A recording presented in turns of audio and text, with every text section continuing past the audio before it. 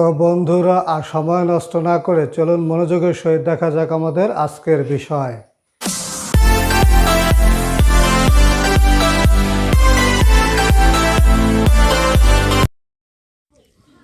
এখানে মোট 15টি প্রশ্ন আছে, এক কথায় উত্তর দিন, নিজেকে যাচাই করুন।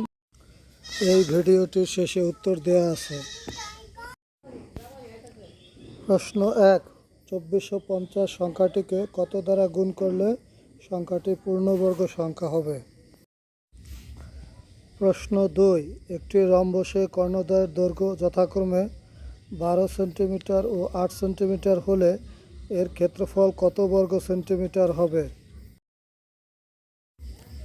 প্রশ্ন 3, স্থূলকোণী ত্রিভুজের স্থূলকোণের সংখ্যা কতটি?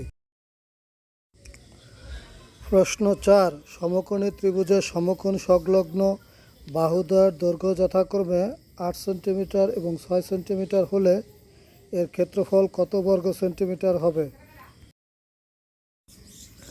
প্রশ্ন 5, একটি 150 মিটার লম্বা ট্রেন 450 মিটার লম্বা একটি প্ল্যাটফর্মকে 20 সেকেন্ডে অতিক্রম করলে ওই ট্রেনের গতিবেগ প্রতি সেকেন্ডে কত হবে? প্রশ্ন 6, 0.000009 এর বর্গমূল কত?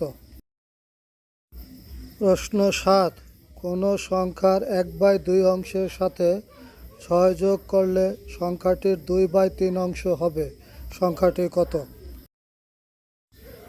প্রশ্ন 8, কোনো বৃহত্তম সংখ্যা দ্বারা 27, 40 ও 65কে ভাগ করলে যথাক্রমে 3, 4 ও 5 ভাগশেষ থাকবে।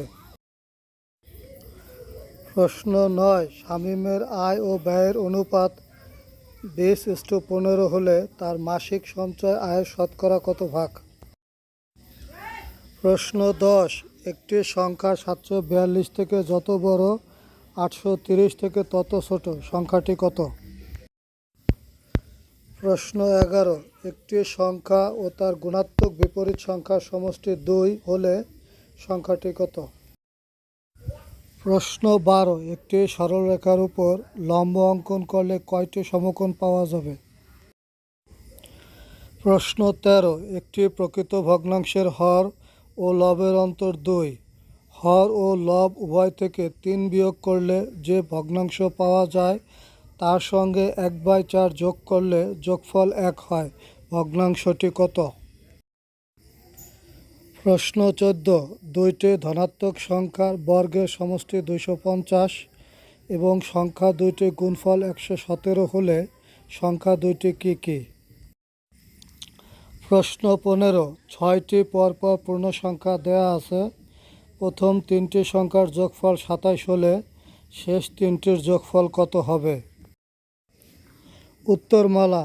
1 নং প্রশ্নের উত্তর 2, 2 নং প্রশ্নের উত্তর 48, 3 নং প্রশ্নের উত্তর 1টি, 4 নং প্রশ্নের উত্তর 24, 5 নং প্রশ্নের উত্তর 30 মিটার, 6 নং প্রশ্নের উত্তর 0.003, 7 নং প্রশ্নের উত্তর 36, 8 নং প্রশ্নের উত্তর 12, 9 নং প্রশ্নের উত্তর 25%, 10 নং প্রশ্নের উত্তর 786, 11 নং প্রশ্নের উত্তর 1, 12 নং প্রশ্নের উত্তর 2টি, 13 নং প্রশ্নের উত্তর 9/11, 14 নং প্রশ্নের উত্তর 9,13 এবং 15 নং প্রশ্নের উত্তর 36।